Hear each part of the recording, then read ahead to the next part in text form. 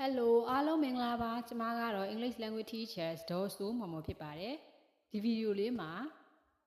အကူအညီတောင်းတာနဲ့ပတ်သက်တဲ့အင်္ဂလိပ်စာကြောင်းလေးတွေကိုမျှဝေပေးပါမယ်မင်းငါ့ကိုတခုကူညီပါလားအဲ့ဒီစာကြောင်းလေးကိုအင်္ဂလိပ်လိုနှစ်ကြောင်းပြောလို့ရပါတယ်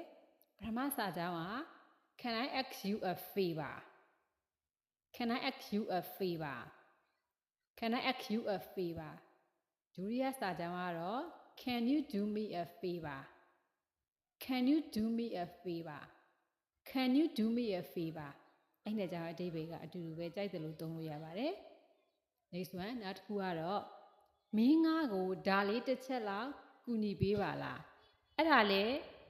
အင်္ဂလိပ်လိုပြောရင်စာကြောင်းနှစ်ကြောင်းရှိပါတယ်။အဲ့နှစ်ကြောင်းကတော့ကြိုက်တယ်လို့ပြောလို့ရတာပေါ့နော်။ကို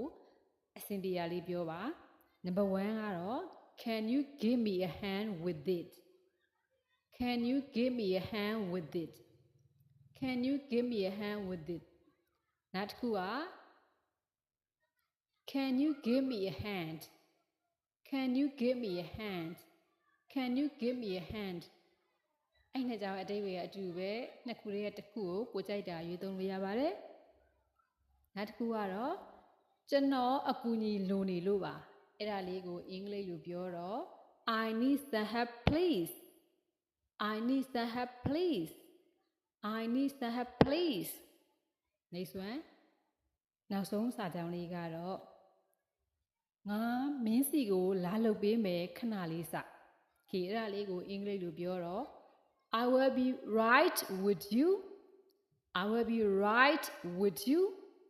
I will be right with you Okay bye bye have a nice day see you next time ဒီဗီဒီယိုလေးကိုအဆုံးထိကြည့်ပေးလို့ကိုတွက်အကျိုးရှိရဆို comment မှာတစ်ခုခုရေးပေးခဲ့ပါ like and share လေးလည်းလုပ်ပေးပါ bye bye